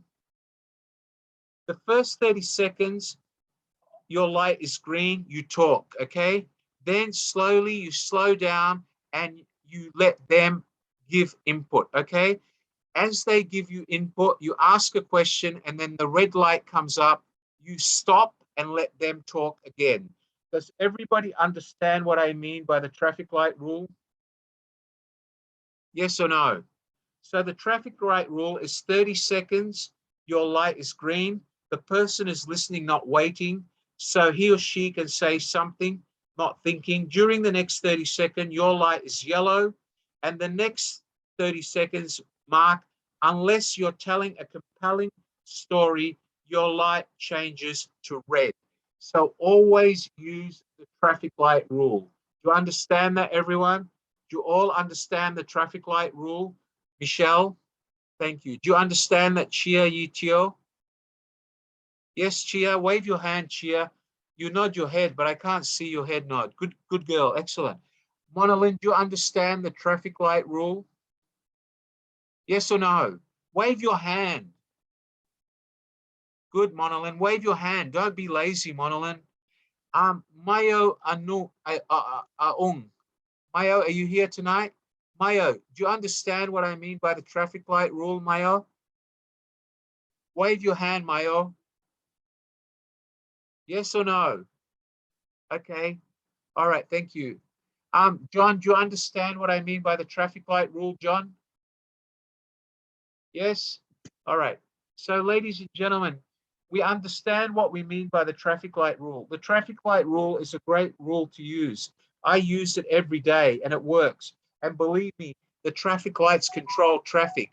If you can obey the traffic light rule in your conversation, then you're definitely meeting the 30-50, 50-70 rule.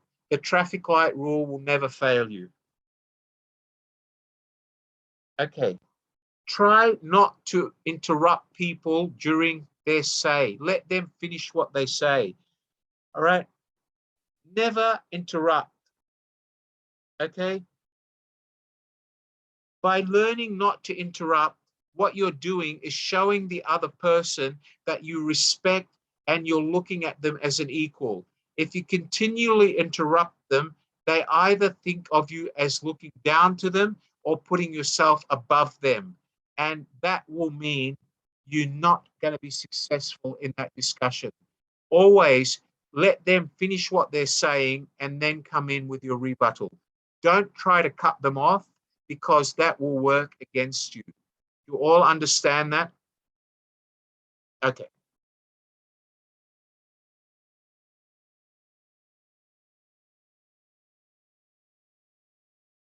Okay. Always remember to keep your head in the cloud, your feet on the ground, okay? So don't let your head go outside the norm and start talking rubbish that you know you can't achieve.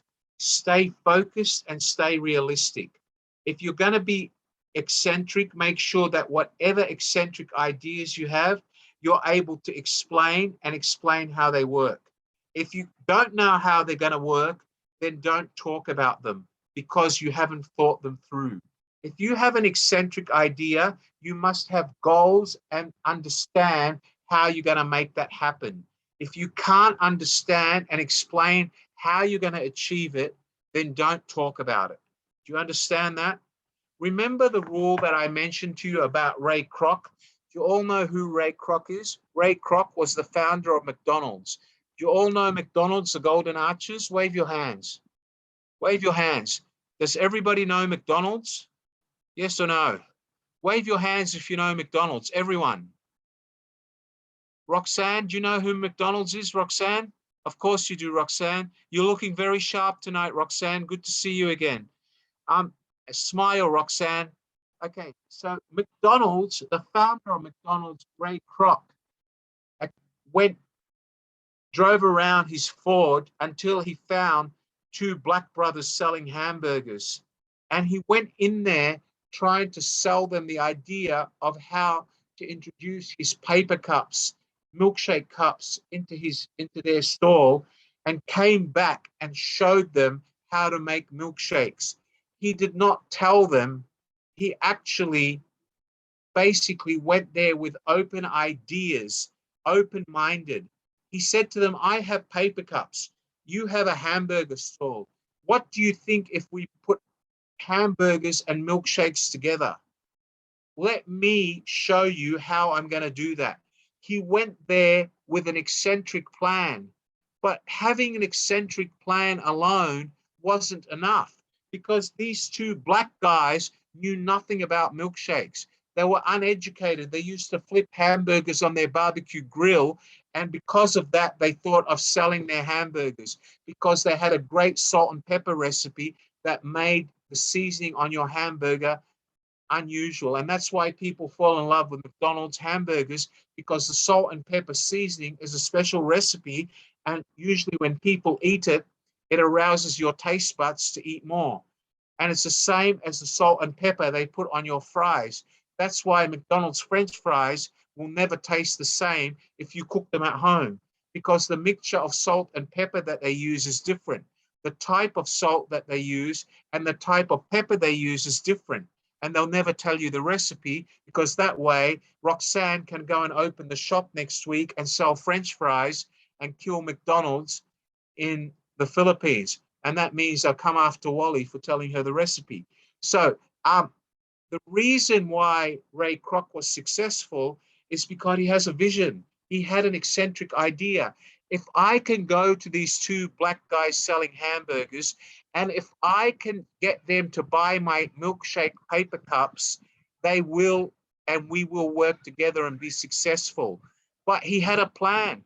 He knew that tomorrow he will go to the local hardware shop. He will buy 2 good old-fashioned milkshake machines. He will go to the warehouse and buy syrup, chocolate, strawberry, and vanilla. He will go and buy 5 liters of ice cream from the local supermarket. He will go and buy milkshake malt powder, which you put in milkshakes to give it flavor. He will come back tomorrow. He will set up all his equipment in their kitchen. And when they go selling the milkshakes, he will make them. And then he will teach them how to make the milkshakes. So he had a plan. He was eccentric, but he had it worked out. He set himself goals on how he's going to make his eccentric out of the box ideas work. If he was like every other milkshake paper cup salesman, he would go up to Tan Min and say, Tan Min, you've got a restaurant. You want milkshake cups? Tan Min would shake his head and say no. Ray Kroc would walk away. All right. Tan Min would not buy the milkshake cups and Ray Kroc would fail and become unemployed. But Ray Kroc went in there with an eccentric vision of thinking out of the box. He thought, how can I make these people buy my paper cups? I will show them how to use them. I will show them how to make the milkshakes. And then they cannot say to me that I'm only a dreamer, because I can prove to them that my eccentric out of the box idea works. Does everybody understand what I'm saying? Yes or no? Do you understand that, Ruby Ann Tomadong? Do you understand that, Roxanne Rotan Rebellis? Yes, okay, Roxanne, nice to see you again. All right, Luong, Kani, Win, do you understand that? Great. Louisiana, Louisiana, Gatdula, do you understand me? Are you sure? Good, excellent. Henry Levy Anyim, do you understand what I'm saying, Henry? Thank you, Henry. Ismail Watipa, do you understand what I've explained so far, Ismail? Okay, thank you. Sonam, do you understand what I've explained, Sonam? Can you wave your hand? When you do this, Sonam, I worry that you're not listening. Good, excellent, Sonam. All right, ladies and gentlemen. Karen Irfans, do you understand what I've just explained about Ray Kroc and his eccentric theory? Ladies and gentlemen, if it wasn't for Ray Kroc, there would be no McDonald's today. Ray Kroc was the godfather of McDonald's. Ray Kroc became a millionaire overnight, because if it wasn't for Ray Kroc going and meeting these 2 black guys who only knew how to cook meat on a hot plate, then McDonald's, the Golden Arches, the cheeseburger and the hamburger that made McDonald's world famous and one of the most successful fast food chains in the world would not exist. All of that came about because of one man and his ability to block out all the negativities, think positively, think of something special and something that would make him better than all the other paper cup salesmen. He thought it out. Hamburgers, milkshakes. Before I talk to them, do I know how to make a milkshake? I do. Can I teach them? Yes. Can I tell them how we're going to do it? Yes. Therefore, he had what it takes to convince them that his idea, which is out of the box, will work. Therefore, they did not consider him overconfident or cocky, because everything he offered, he was able to explain. Does everybody understand what I mean by that? Yes or no? Can you all wave your hands if you understand? You're all being lazy again. You're all sitting there half asleep and you're not paying any attention to me. Wave your hand, Sonam. Wave your hand, Ruby Ann. Wave your hand, Tran Min. Wave your hand, Nazakot Cindy. Sorry. Thank you, Nazakati, Cindy. Thank you very much, Anna Huyn. Thank you very much, Sashi. Ladies and gentlemen, being successful, thank you very much, Sofa. Thank you, Ferpa. Thank you, Lorenzo. Thank you, Joseph. Thank you, Alicia. Thank you, Elizabeth. James, do you understand what I've said so far? James, wave your hand, James. You're sitting there with that beautiful blue t-shirt, but I don't see you moving, James. Do you understand what I've said tonight, James? Wave your hand. Okay, you waved your head. That's good enough. Rochelle Ogong, do you understand what I've said, Rochelle? Wave your hand, Rochelle. Thank you, Chowdon. Okay, thank you. All right, ladies and gentlemen. Karma, Dorji, do you understand what I've said tonight? Karma, can you wave your hand, Karma? Karma Doji, thank you. All right, thank you, ladies and gentlemen. So what I've discussed tonight is you winning, you being a winner all the time. We've discussed the characteristics required for being a winner. We've discussed your social attitude or your attitude to becoming a winner. And we've discussed what it takes to succeed as a winner. All right, is there anybody here that has any doubts about themselves being able to be a winner? Because winning is easy, but you need to remember that being a winner needs one basic element. You have to want to change. You have to want to be a winner. You have to be hungry to win. Like John, he has to be hungry to succeed as a businessman. If he's not hungry to succeed, then neither will the people working for him be hungry to succeed. John has to lead by example. John has to cause and set goals which are outside the box. They have to be outside everybody's comfort zone. Because if John sets easy goals, then people will not be motivated to come to work. The goals are too easy.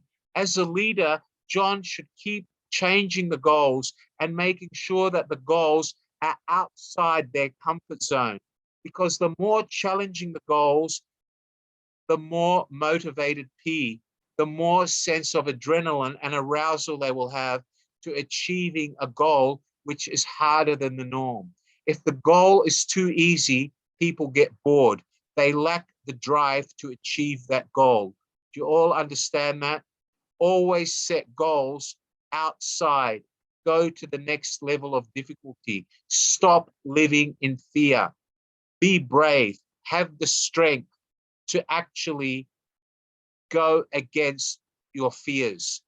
Do not live in a world of fear like Sharon Kabada, where she probably is afraid to find a new boyfriend, maybe. I don't know, Sharon, I'm just using you as an example. Rochelle Ogong. Rochelle needs to stop being afraid of what her parents might say. You guys need to snap out of it. You guys need to be able to start doing things and taking risk. Do you understand what I mean? If you keep living in your comfort zone and you're not prepared to take risks because you're afraid of failure, then you cannot be successful. You cannot be a winner. Being a winner means taking risks. Does everybody understand that? Yes or no? All right, ladies and gentlemen, I need you to help me. My colleague has just posted in the chat box our social media links for Facebook, Instagram, and YouTube.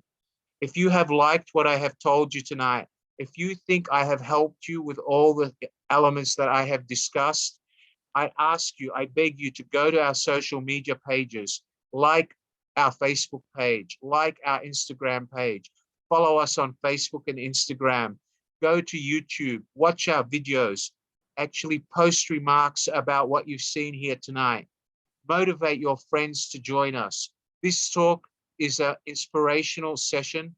The next session we do on BizTalk is going to talk about a business element rather than a motivation element. And that session will be on Saturday. If you watch out by Wednesday or Thursday of this week, we will advertise on Saturday's session on social media. For those of you who are already studying with us, you'll get to hear about BizTalk in your groups, in your classroom groups. But for those of you who are visitors to BizTalk, you're welcome to join us every Monday between 7 to 9 or 8 to 10 this week. Next week, it may be 7 to 9. Every Saturday between 3 to 5 or 4 to 6.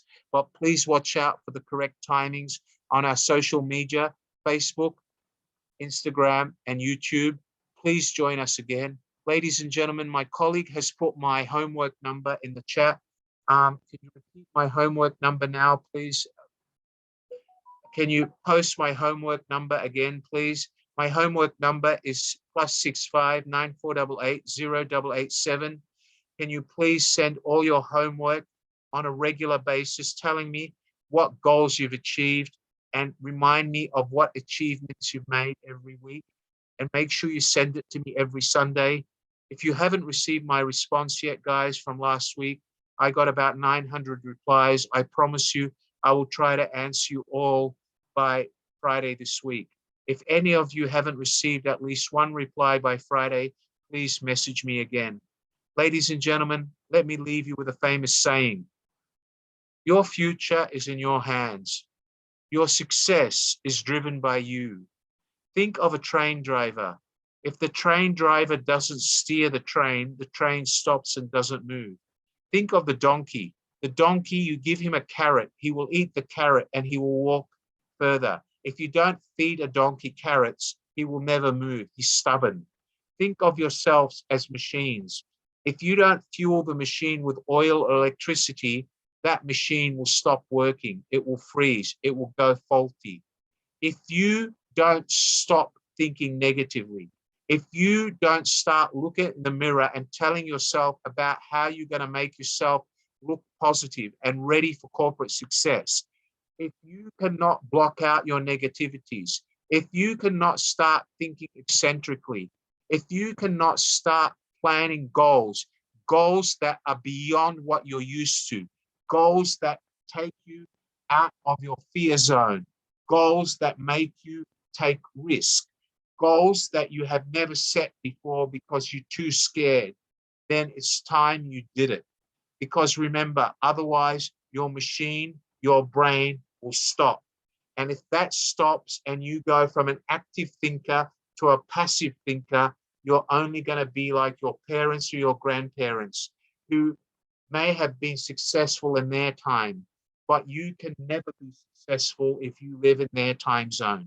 You cannot lower yourself to stay in their world. You have to carve your own way ahead in life. Look at me. Look at me. I struggled. I moved to Sydney on a bus when I was 18 years old. I cleaned toilets. I worked at McDonald's for $4.50 an hour. By the time I became a trainee shift manager in their restaurants, I earned 1,500 Australian dollars a fortnight. 3.5 years later, when I graduated, my first monthly salary was 12,000 Australian dollars. 1 year is 147,000 Australian dollars approximately. That's more than any of you will ever earn in your life, working life under 60, if you stay in the country you're in or do not aim for a better future and a higher salary. That's the fact of life. Does everybody understand what I'm talking about? Does everybody understand how serious being a winner is? Yes or no? Can you wave your hands? Everybody wave your hands if you understand what it takes to be a winner. Everybody wave your hands. Not only half of you, all of you. Wave your hands, everyone. My God, even Amala's waving his hands. Thank you, Amala. Julie Jean, wave your hand, young lady. Thank you. Anna Nguyen, wave your hands. Yuan Khan Nguyen, you're not waving your hand. Bonifacio, where are you, Bonifacio? Wave your hand, Bonifacio. Okay, thank you. Ladies and gentlemen, thank you for joining me on BizTalk 27. Once again, my name is Wally Rauda. It's been my pleasure presenting to you here tonight. Roxanne Rotani Rebellis, I hope you've enjoyed BizTalk 27, young lady. I will see you again at the next BizTalk as always. Louisiana Gardula, thank you, Louisiana, thank you for joining us tonight, young lady. I hope to see you at the next BizTalk. Ladies and gentlemen, it's been my pleasure talking to you tonight. And if I've helped you, please tell your friends. And if you'd like to invite any of your friends or your employees, John, to join my next BizTalk, you're welcome to share the BizTalk link that you get on Saturday, or you can go to our social media on Friday or Saturday. You can take the link from there, and you're welcome to invite as many of your workers as possible to join us. I am here to motivate. I'm here to help. I'm here to see you all become successful. Thank you all for joining me tonight. From me to all of you, good night, everybody. I love you all. Thank you, everyone. Thank you. Good night.